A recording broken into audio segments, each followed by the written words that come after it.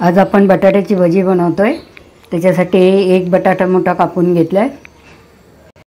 हे बेसन पीठ चण्याच्या डाळीचं ते 1 वाटी घेतले आणि त्याच्यामध्ये थोडंसं मीठ चवीपुरतं आणि बाकी काही नाही टाकले, फक्त हळद बस। तर आपण भजी तळूया।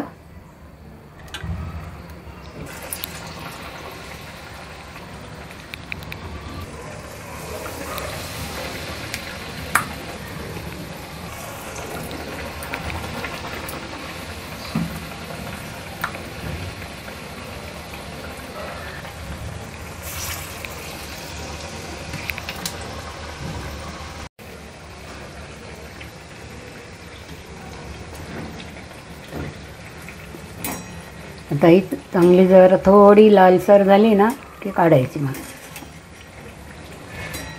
मस्त फुगली आहेत।